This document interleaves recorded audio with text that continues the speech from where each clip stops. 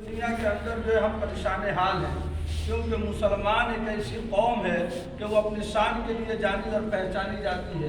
مسلمان ایک ایسی قوم ہے جو اپنے ایمان کی وجہ سے وہ پہچانی جاتی ہے۔ کاش کہ ہمارا وہ ایمان، جو ایمان ہمارے نبی ہمیں دے کر گئے، جو ایمان صحابہ کا تھا، وہ ایمان اگر ہمارے اندر آ جاتا تو مجھے لگتا ہے کہ ہم نے پھر اپنے وقت کو متعین کر لیں گے کہ نہیں، ہمیں جمعرات سے ہی تیاری کرنا ہے جمعے کی، ہے نا۔ تو ہم بالکل 10 منٹ 15 منٹ یا 5 منٹ رہے گا تو ہم اس وقت نہیں پہنچیں گے، پر اگر یہ ایک الگ بات تھی۔ میں آپ کو بتاؤں کہ اللہ سبحانہ و تعالیٰ ایک ایسی ذات ہے، وحدہ لا شریک کی ایک ایسی ذات ہے کہ اکثر آپ جب بھی آپ پڑھتے ہیں الحمدللہ، اس کا مطلب یہ ہے کہ تمام تعریفیں ثابت ہے اللہ کے لیے۔ تو تمام تعریفیں اللہ ہی کے لیے ہے جس نے آپ کو، ہم کو، پورے دنیا کے انسانوں کو پیدا کیا۔ سمجھ میں آ رہی ہے بات؟ تمام تعریفیں اللہ ہی کے لیے ہے جس نے انسان کو پیدا کیا، اور سب سے بڑی بات تو یہ ہے کہ اس نے ہمیں وضاحت سکھائی۔ سب سے بڑی بات تو یہ ہے کہ اس نے ہمیں وضاحت سکھائی، اور اس سے بڑی بات یہ ہے کہ اس نے ہمیں اور ہمارے لیے اپنے کلام الہی کو اتارا، یعنی قرآن مجید دیا۔ یہ سب سے بڑی بات ہے میرے دوستو۔ تو تمام تعریفیں اللہ ہی کے لیے ہے جس نے انسان کو پیدا کیا، ہمیں وضاحت سکھائی، اور اس کے علاوہ جو ہے ہمیں قرآن مجید دیا، جو ہمارے لیے قرآن نصیحت ہے، شفا ہے، رحمت ہے، ہدایت ہے میرے دوستو۔ یہ ایک ایسی کتاب ہے میرے دوستو، اس کے اندر کسی طرح کا کوئی شک و شبہ کی گنجائش ہے ہی نہیں۔ یہ ایک ایسی کتاب ہے قرآن مجید، اس میں رائی کے دانے کے برابر بھی شک کی گنجائش ہے ہی نہیں میرے دوستو، نہ کسی طرح کی کدی ہے۔ بالکل ہمارے لیے صراط مستقیم ہے یہ، اور جب ہم اور آپ قرآن کو مانتے ہیں یہ ہمارے لیے صراط مستقیم ہے، تو پھر ہم اپنے وقت کا خیال کیوں نہیں، ہم اپنے ٹائم کے پابند کیوں نہیں بنتے ہیں؟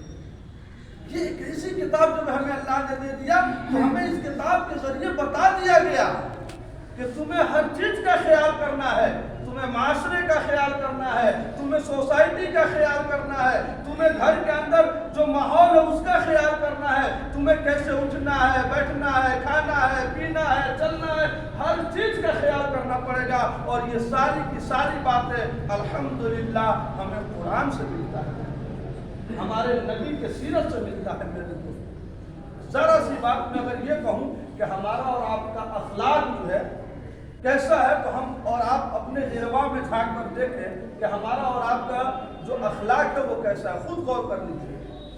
مسلمانوں کے اخلاق اس قدر گر گئے ہیں کہ غیر تو غیر خود مسلمان سے پریشان حال ہے۔ کسی بھی گاؤں کھیڑے میں چلے جاؤ، کسی بھی شہر میں چلے جاؤ، کسی بھی کالونی میں چلے جاؤ، ہر جگہ مسلمان سے ہی پریشان ہے۔ ایسے ہمارے اخلاق ہو گئے، ایسے ہمارے کردار ہو گئے کہ آج ہم ایک دوسرے سے ہمیشہ پریشان ہیں۔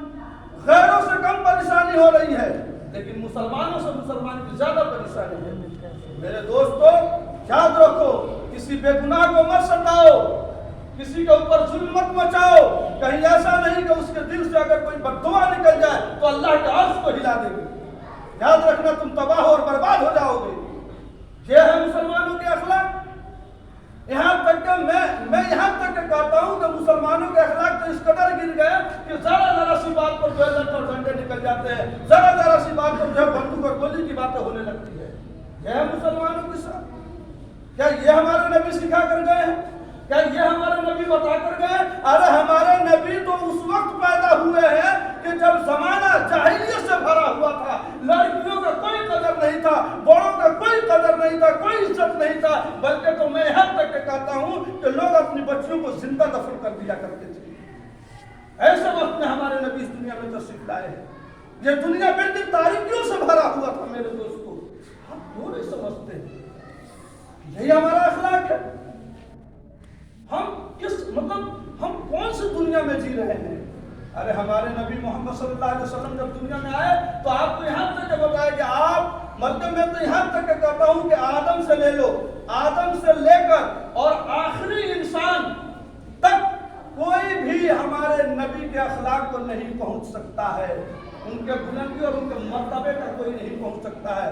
ہمارے نبی اخلاق میں عظیم ہیں، اسوہ حسنہ ہیں، ہمارے لیے رہبر ہیں، ہمارے لیے آئیڈیل ہیں۔ یہ ہے ہمارے نبی کی صحیح یہ اخلاق کے بارے میں تو میں یہاں تک کہہ دوں، ایک واقعہ ہے، آپ بڑے مشہور واقعہ ہے کہ آپ ایک پیڑ کے نیچے سو رہے ہیں، ایک درخت کے پاس سو رہے ہیں، آپ اپنی تلوار اس درخت کے ٹہنی پر لٹکا دیا ہے، اتنے میں ایک کافر آیا اور آپ کو دھکا دے کر کہا کہ اے محمد یہ بتا کہ تمہیں کون بچائے گا؟ اللہ کے رسول صلی اللہ علیہ وسلم اٹھے اور بیٹھے اور مسکرا کر بولے کہ میرا اللہ بچائے گا۔ کیا بولا میرے دوستو؟ میرا اللہ بچائے گا۔ اتنا کہنا تھا کہ اس کافر کے ہاتھ سے وہ تلوار چھوٹ گیا، آپ صلی اللہ علیہ وسلم اپنے ہاتھ میں لیے اور جب اس کے اوپر تلوار کھینچا تو بولا کہ آپ بتا تجھے کون بچائے گا؟ تجھے کون بچائے گا؟ اس شخص تو اللہ کو جانتا نہیں تھا، اس نے کہا کہ آپ بچائیں گے۔ اللہ کے رسول صلی اللہ علیہ وسلم نے کہا کہ کیا تم میری دعوت کو قبول کرتے ہو؟ اس نے کہا کہ نہیں۔ کہتے جا میں تجھے معاف کیا۔ یہ ہے میرے نبی کے اخلاق، یہ ہے میرے نبی کا اخلاق۔ اگر دین کا کام کرتے ہیں، کسی کو اسلام کے طرف بلاتے ہیں، دین کا داعی بنانا چاہتے ہیں تو سب سے پہلے ہمیں اپنے اخلاق کو درست کرنا پڑے گا، ورنہ آپ قیامت تک دین کے کام کرتے رہیے، اگر آپ کے اندر اخلاق نہیں ہے تو یہ سب کے سب کام بیکار ہے۔ بلکہ کتابوں میں لکھا ہے کہ وہ مومن ہو ہی نہیں سکتا جس کے اندر اخلاق نہ ہو۔ سمجھ میں آ رہا؟ وہ مسلمان ہو ہی نہیں سکتا جس کے اندر اخلاق نہ ہو۔ اخلاق ایمان کا ایک حصہ نہیں ہے، بلکہ میں تو یہاں تک کبھی کہتا ہوں کہ آپ صلی اللہ علیہ وسلم مکے کا واقعہ بڑا مشہور واقعہ ہے، ایک ضعیفہ ہے، جب آپ صلی اللہ علیہ وسلم راستے سے گزر رہے ہیں وہ کچڑا اٹھایا اللہ کے رسول کے بدن پہ ڈال دے۔ روز کا یہی معمول تھا، جب بھی آپ اس راستے سے گزرتے تھے کچڑا اٹھاتی تھی ڈال دیا کرتی تھی۔ ایک روز تو ایسا ہوا میرے دوستو کہ کچڑا نہیں ڈالا، اللہ کے رسول صلی اللہ علیہ وسلم حیران ہو گئے، کیا بات ہے؟ آپ اس بڑھیا کی خبرگیری لینے پہنچ گئے، یعنی کہ اس بڑھیا کے پاس پہنچ گئے، اس کی عیادت میں پہنچ گئے۔ آپ گئے تو دیکھا کہ بڑھیا بیمار ہے، آپ صلی اللہ علیہ وسلم نے اس کی بیمار کرسی کی، عیادت کی، ذمہ کی۔ میرے دوستو یہ ہے میرے نبی کا اخلاق کہ کچڑا نہ ڈالنے پر بھی آپ اس کے گھر گئے کہ کہیں ایسا تو نہیں کہ بڑھیا بیمار ہو، کیا وجہ ہے کہ آج بڑھیا مجھے میرے اوپر کچڑا نہیں ڈالا؟ اگر آپ پر کچڑا ڈال دیتا مولانا کے ساتھ کیا کرو گے؟ آپ کو خوب اچھی طرح سے معلوم ہے۔ ارے میں تو یہاں تک کبھی کہتا ہوں کہ مکے کے اندر جب اللہ کے رسول مکے میں ہے، ابھی مکے کے اندر آپ کے گھر کے پاس ابو جہل کا بھی گھر ہوا کرتا تھا۔ ابو جہل کیا کرتا تھا؟ اپنے تمام کچڑا گھر کے نکالتا تھا، حضور کے گھر میں ڈال دیتا تھا، روز کا یہی معمول تھا۔ آپ ہمیشہ کرتے ہیں کیا یہی پڑوسی کا حق ہے؟ کیا کوئی پڑوسی کسی پڑوسی کے ساتھ ایسا ہی کرتا ہے؟ لیکن آپ سے کبھی بھی اف نہیں کیا، کبھی بھی آپ نے تانا نہیں ماری، کبھی بھی آپ نے اس کو غلط بات نہیں کہی۔ اگر آپ اور ہم ایک دوسرے کے گھر میں اگر کچرا خدا نہ خواستہ ڈال دیں تو کیا حال ہم کریں گے؟ آپ سوچئے، یہ اخلاق ہے میرے نبی کا۔ ایسے نہیں اسلام پھیل گیا پورے دنیا میں، ایسے نہیں اسلام کے اتنے ماننے والے ہو گئے پورے دنیا میں۔ اتنی عظیم شخصیت اخلاق کے معاملے میں کہ میں پھر کہہ رہا ہوں کہ ایسی کوئی عظیم شخصیت نہیں آئی اس دنیا میں، نہ آئے گی میرے دوست۔ یہ ہے میرے نبی کا اخلاق، یہ ہے میرے نبی ہمارے لیے آئیڈیل، اس لیے آپ کو اسوہ حسنہ کہا گیا۔ آپ کو اگر میں یہاں تک کہ کہوں کہ میرے نبی کے اخلاق تو یہ تھے کہ مدینہ کے اندر خود ایک آپ کے گھر کے بغل میں ایک یہودی کا گھر تھا، اس کا لڑکا تھا، وہ ہمیشہ حضور کو دیکھا کرتا تھا، آپ کا کردار آپ کے اخلاق کو ہمیشہ دیکھتا تھا۔ ایک روز بیمار پڑ گیا، اللہ کے رسول صلی اللہ علیہ وسلم اس کے پاس گئے، آپ نے ایمان کی تلقین کی، وہ یہودی شخص بھی وہاں آیا، اب وہ بچہ کبھی باپ کو دیکھے، کبھی حضور کو دیکھے، کبھی باپ کو دیکھے، کبھی ہمارے نبی صلی اللہ علیہ وسلم کو دیکھے۔ وہ یہودی سمجھ گیا کہ میرا لڑکا ایمان قبول کرنا چاہتا ہے۔ وہ یہودی نے کہا کہ اے میرے بیٹے جو محمد کہتے ہیں تو مان لو، کلمہ پڑھا۔ یہ ہے اخلاق ہمارے، اور آپ کے اخلاق سے غیر مسلم ایمان میں داخل ہو جائیں گے۔ ہم ایمان کی دعوت دیتے ہیں، پہلے ہم اپنے آپ کو سوچیں گا ہم کیسے ہیں، پھر ہم دوسرے کی تلقین کریں گے، پھر دوسروں کی دعوت دیں گے۔ برا مت ماننا بھائیوں میرے، کیونکہ یہ بات سچ سے حق ہے، کڑوی ہے، لیکن یہی صحیح ہے۔ یہ ہے میرے نبی کا اخلاق میرے دوستوں۔ آئیے ہم اور آپ، بلکہ میں تو یہاں تک ابھی آپ جو وہ واقعہ پھر سنیے، ایک واقعہ میں سناتا ہوں آپ کو اور بات ختم کر دیتا ہوں۔ مکے کا ایک وصول تھا، کہ جب اس وقت عورتیں بیوہ ہو جایا کرتی تھی تو ہفتہ 2 ہفتہ کا غلہ جو ہے اکٹھا خرید کے رکھ لیا کرتی تھی۔ ایک بیوہ ہے، 80 سال کی عمر ہے، آپ مارکیٹ جاتی ہیں، بازار جاتی ہیں، بہت سارے غلہ خرید لیتی ہیں، یعنی کہ سمجھے 2 تھیلے خرید لیا۔ اب ضعیفہ ہے، 80 سال کی عمر، اب 2 تھیلے آپ لے کے چل رہی ہیں تو ان کا چلنے کا انداز ذرا دیکھو، تھیلا اٹھایا 10 قدم پہ رکھ کے آئی، پھر اس تھیلے کو لیا پھر رکھ کے آئی۔ سارے مکے کی نظر اس پر پڑ رہی ہے، لیکن کوئی جو ہے مدد کے لیے نہیں آ رہا ہے، کیونکہ زمانے جاہلیت کے لوگ تھے۔ ہمارے نبی محمد صلی اللہ علیہ وسلم جب دیکھتے ہیں آپ دوڑ کر جاتے ہیں اور کہتے ہیں کہ اماں یہ بتاؤ کہ تمہیں کہاں جانا ہے، ہم تمہیں وہاں چھوڑ دیتے ہیں۔ وہ اللہ کے رسول صلی اللہ علیہ وسلم کو بتاتی ہے۔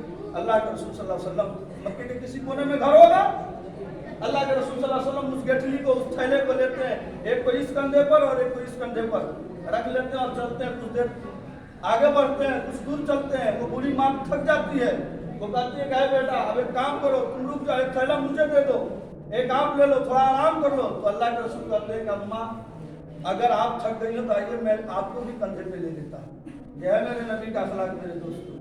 بہرکیف آپ اس کے گھر تک چھوڑتے ہیں، جب آپ گھر چھوڑ دیتے ہیں اس کے بعد وہ مزدوری دیتی ہے، آپ مزدوری لینے سے انکار کر دیتے ہیں میرے دوستوں۔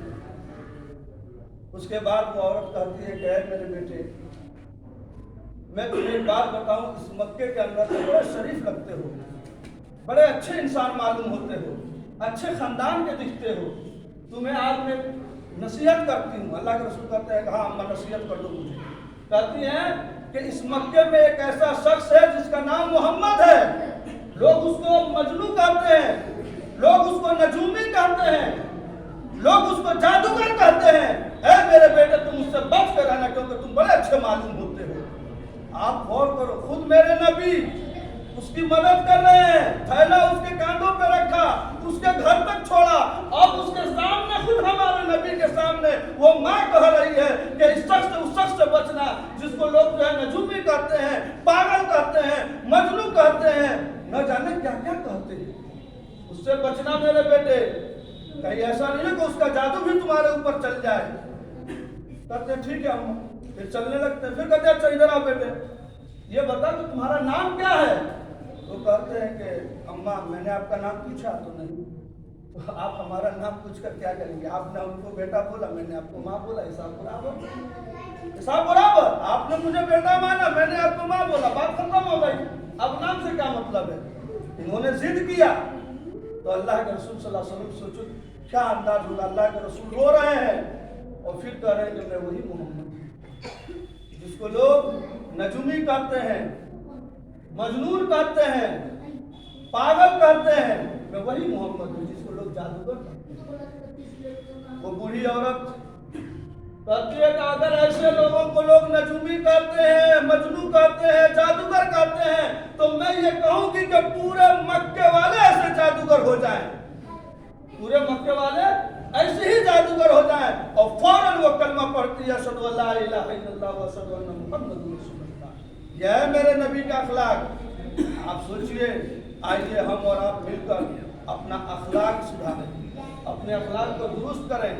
بہت ایسے گھر ہیں جو پڑوسی کا خیال نہیں کرتا، پڑوسی کو ستا رہا ہے، ذرا سی بات پر لڑ رہا ہے، لٹ نکال لیتا ہے، ماں میں دوڑ جاتا ہے۔ ابھی آپ نے دیکھا ہو بہار میں الیکشن ہوا، ذرا سی بات پہ نہیں جتنے پہ جو ہے گولی بندوق نکال لیتا ہے، راستے گھیر دیتا ہے، کہتا ہے کہ کدھر سے چلو گے، ہم تمہیں یہ کر دیں گے وہ کر دیں گے، نہ جانے کیا کیا کر دے گا، اللہ جانے پار ہو گئی ہے۔ اللہ نے ذرا سا کیا نوازا تو اپنے آپ کو نہ جانے کیا سمجھتا ہے۔ تو میرے دوستو، یہ مسلمان کی شان نہیں ہے، ہمارے نبی یہ نہیں سکھائے گئے۔ آئیے ہم اور آپ مل کر سب سے پہلے ہم اپنے اخلاق کو سدھاریں، کیونکہ ہمارے نبی نے کہا کہ وہ مسلمان ہو ہی نہیں سکتا ہے جس کے سینے میں اخلاق نہ ہو۔ بلکہ کسی نے تو یہاں تک کہا ہے، صحابی اللہ کے رسول صلی اللہ علیہ وسلم کے ہماری ماں حضرت عائشہ صدیقہ سے پوچھتے ہیں کہ یہ بتائیے کہ ہمارے نبی کا اخلاق کیسا تھا؟ تو آپ کہتے ہیں کہ کیا تم نے قرآن نہیں پڑھا؟ تو ہمارا اخلاق قرآن کے مطابق ہونا چاہیے، نبی کے سیرت کے مطابق ہونا چاہیے، تبھی کہیں جا کے ہم کامیاب ہوں گے انشاءاللہ، ورنہ ہم سب برباد ہو جائیں گے اگر ہمارے اخلاق درست نہیں ہوئے۔ اللہ تعالیٰ قول سننے سے زیادہ ہم لوگ کے عمل کی توفیق عطا فرمائے اور ہم سب کو ہدایت نصیب فرمائے۔ وما علینا الا البلاغ، جو حضرات سنت میں پڑھے ہیں وہ برائے میں سنت